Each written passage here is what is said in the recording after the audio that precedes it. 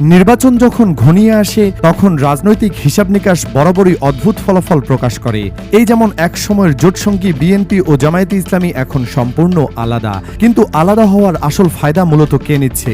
মাঠের খবর বলছে বিএনপি এমন কিছু ভুল পদক্ষেপ নিচ্ছে যার কারণে সবটুকু সুবিধা চলে যাচ্ছে সরাসরি জামায়াতের ঘরে। রাজনৈতিক বিশ্লেষকরা দাবি করছেন দেশের এমন 10টি গুরুত্বপূর্ণ আসন আছে যেখানে বিএনপির প্রার্থীরা জামায়াতের সামনে একেবারে মুখ থুবড়ে পড়বে। এর পেছনের মূল কারণ হিসাবে উঠে আসছে বিএনপির ভুল প্রার্থী নির্বাচন। দলের ভেতরে চরম কোন্দল এবং সঠিক পরিকল্পনার অভাব, এমন এক পরিস্থিতি তৈরি হয়েছে যে এই আসনগুলোতে বিএনপির বিজয় এখন প্রায় অসম্ভব বলেই মনে করা হচ্ছে। কোন সেই 10টি আসন, কেনই বা বিএনপির শক্ত ঘাঁটিগুলো জামায়াতের হাতে চলে যাচ্ছে, আজকের প্রতিবেদনে থাকছে তারই বিস্তারিত বিশ্লেষণ। কুষ্টিয়া 3, কুষ্টিয়া সদরের এই আসনে এবারে রাজনৈতিক বাতাস বইছে একেবারে উল্টো দিকে। বিএনপি এখানে ইঞ্জিনিয়ার জাকির সরকারকে মনোনয়ন দিয়েছে, কিন্তু এই এক সিদ্ধান্তেই স্থানীয় বিএনপিতে যেন বিদ্রোহের আগুন জ্বলে উঠেছে। জাকির সরকারের বিরুদ্ধে অভিযোগ, তিনি অতীতে আওয়ামী লীগের অভিযুক্ত শীর্ষ নেতাদের রাজনৈতিকভাবে পুনর্বাসনে সহায়তা করেছিলেন। এই মনোনয়নের ফলে সরাসরি ছিটকে পড়েছেন বিএনপির কেন্দ্রীয় নেতা এবং 1996 ও 2001 সালের সাবেক সংসদ সদস্য অধ্যক্ষ সোহরাব উদ্দিন। স্থানীয় রাজনীতিতে এই দুজনের জনপ্রিয়তার ফারাক আকাশ আর পাতালের মতোই। এই সিদ্ধান্তে ক্ষুব্ধ হয়ে সোহরাব উদ্দিনের সমর্থকরা শহরে টানা বিক্ষোভ করছেন। তারা সাফ জানিয়ে দিয়েছেন তাদের সিদ্ধান্ত না মানলে সোহরাব উদ্দিন স্বতন্ত্র প্রার্থী হিসেবেই লড়বেন। আর এই সুযোগটিই নিচ্ছে জামায়াতে ইসলামী। তাদের প্রার্থী হয়েছেন জনপ্রিয় ইসলামী বক্তা মুফতি আমির হামজা। এলাকায় তার ব্যক্তিগত গ্রহণযোগ্যতা তুঙ্গে। এখন হিসেব খুবই সোজা। বিএনপির ভোট যখন 2 ভাগ হয়ে যাচ্ছে, তখন মুফতি আমির হামজার ব্যক্তিগত জনপ্রিয়তা আর জামায়াতের নিজস্ব ভোট ব্যাংক মিলে এই আসনে তাদের বিজয়কে প্রায় নিশ্চিত করে ফেলেছে। বিএনপির এই আসনটি ধরে রাখা এখন অসম্ভব বলেই মনে হচ্ছে। ঢাকা 15, রাজধানী ঢাকার 15 আসনে বিএনপি একটি অদ্ভুত চাল দিয়েছে। এখানে তৃণমূলের জনপ্রিয় নেতা যুবদলের মামুন হাসানের শক্ত অবস্থান থাকার পরও তাকে মনোনয়ন দেওয়া হয়নি। বিএনপি বেছে নিয়েছে শরীফুল ইসলাম খান মিল্টনকে, যাকে স্থানীয় নেতারাই ঠিকমতো চেনেন না। বিএনপির এই ভুলের পুরো ফায়দা যাচ্ছে জামায়াতের ঘরে, কারণ এই আসনে জামায়াতের প্রার্থী স্বয়ং দলটির আমির ডাক্তার শফিকুর রহমান। তিনি 2018 সালেও এখান থেকে লড়াই করেছেন। জামায়াতের সর্বোচ্চ নেতার বিপরীতে বিএনপির এমন একজন অপরিচিত প্রার্থীর লড়াইয়ে ফলাফল কি হতে পারে তা সহজেই অনুমেয়। তাই এই আসনটি জামায়াত খুব সহজ লক্ষ্য হিসেবেই দেখছে। খুলনা 5-এর হিসাবটা একেবারে একপেশে।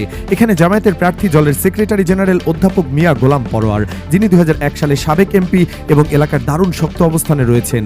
তার বিপরীতে বিএনপি এমন একজনকে এনেছেন যিনি নিজেই এই নির্বাচনে লড়তে চান না, আর তিনি হচ্ছেন বিএনপি প্রার্থী আলী আসগর লবি। প্রথমত হাওয়া ভবন এর ঘনিষ্ঠ হিসেবে তিনি আগে থেকে বিতর্কিত। দ্বিতীয়ত এর সবচেয়ে বড় সমস্যা হলো তিনি থাইরয়েড ক্যান্সারে আক্রান্ত। জানা গেছে মারাত্মক অসুস্থতার কারণে তিনি নির্বাচন করতে না চাইলেও দলের শীর্ষ নেতৃত্বের চাপেই তাকে মাঠে নামতে হয়েছে। এমন একজন অসুস্থ ও অনিচ্ছুক প্রার্থীর বিপরীতে জামায়াতের শীর্ষ নেতার জয় পাওয়াটা এখন কেবলই সময়ের ব্যাপার। পিরোজপুর 1 আসনের চিত্রটি সবচেয়ে স্পষ্ট। বিএনপি এই আসনে কোনো প্রার্থী না দিয়ে মাঠ ছেড়ে দিয়েছে। আসনটি পুরোপুরি জামায়াতের জন্য ফাঁকা করে দেওয়া হয়েছে, যা দেখে স্পষ্ট বোঝা যায় এখানে জয়ের কোনো আশাই বিএনপি দেখছে না। এই আসনটি জামায়াতে ইসলামীর একটি ঐতিহাসিক দুর্গ হিসেবে পরিচিত। মরহুম আল্লামা দেলোয়ার হোসেন সাঈদী এখান থেকে একাধিকবার সংসদ সদস্য হয়েছিলেন। তার মৃত্যুর পর এই আসনে তার ছেলে মাসুদ সাঈদী নির্বাচন করতে আগ্রহী। যদিও 2018 সালের নির্বাচনে সাঈদীর আরেক ছেলে শামীম বিন সাঈদী বিএনপির ধানের শীষ নিয়েও জামানত হারিয়েছিলেন। কিন্তু স্থানীয়রা বলছেন এবারের পরিস্থিতি একেবারেই আলাদা। বাবার জনপ্রিয়তা আর জামায়াতের সাংগঠনিক শক্তির উপর ভর করে মাসুদ সাঈদী এবার খুব শক্ত প্রতিদ্বন্দ্বিতা গড়ে তুলবেন।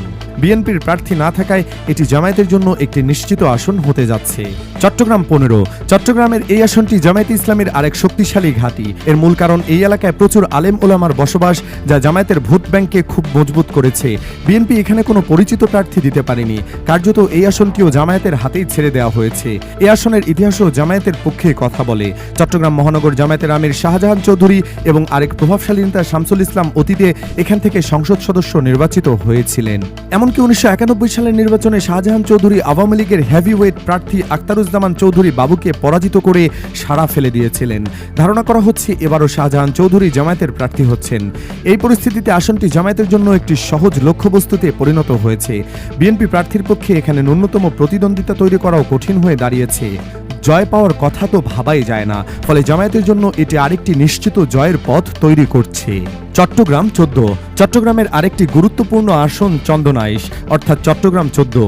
বিএনপি এখানেও কোনো প্রার্থী দেয়নি। আসনটি জামায়াতের ইসলামের প্রার্থী ডাক্তার শাহাদাত হোসেনের জন্য পুরোপুরি উন্মুক্ত।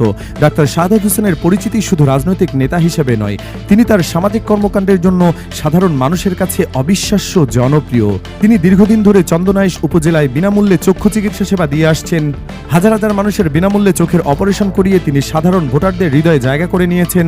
তার এই নিঃস্বার্থ সেবার কারণে তৈরি হওয়া ব্যক্তিগত ইমেজ এবং জামায়াতের নিজস্ব সাংগঠনিক শক্তির সমন্বয়ে এই আসনে তার বিজয়কে প্রায় নিশ্চিত বলেই মনে করা হচ্ছে। কুমিল্লা 11 অর্থাৎ 14 গ্রাম আসনে জামায়াতে ইসলামী একটি বড় চাল দিয়েছে। যদিও 2008 সাল থেকে আসনটি আওয়ামী লীগের দখলে, কিন্তু জামায়াত এবার আসনটি পুনরুদ্ধারে মরিয়া।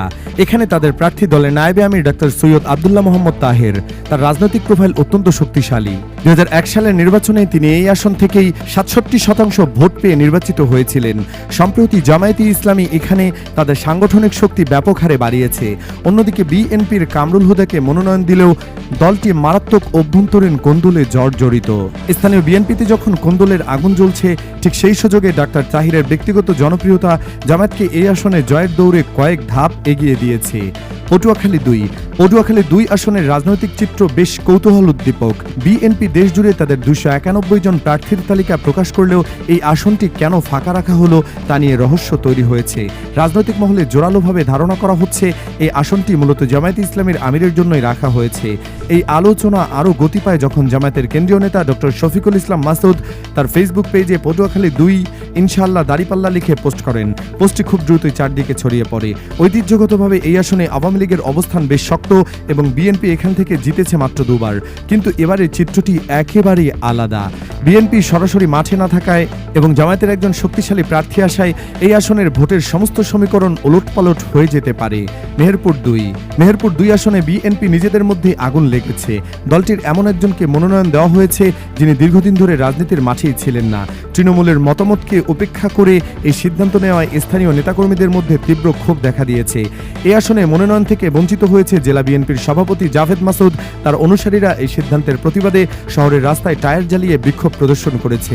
তারা সাফ জানিয়ে দিয়েছে যদি প্রার্থী পরিবর্তন করা না হয় তবে তারা একযোগে জামায়াতের প্রার্থীকে ভোট দেবেন। বিএনপির এই চরম অভ্যন্তরীণ কোন্দলের পুরো সুবিধাটাই যাচ্ছে জামায়াতের ঘরে। তাদের প্রার্থী সাবেক উপজেলা চেয়ারম্যান মোহাম্মদ নাজমুল হুদা।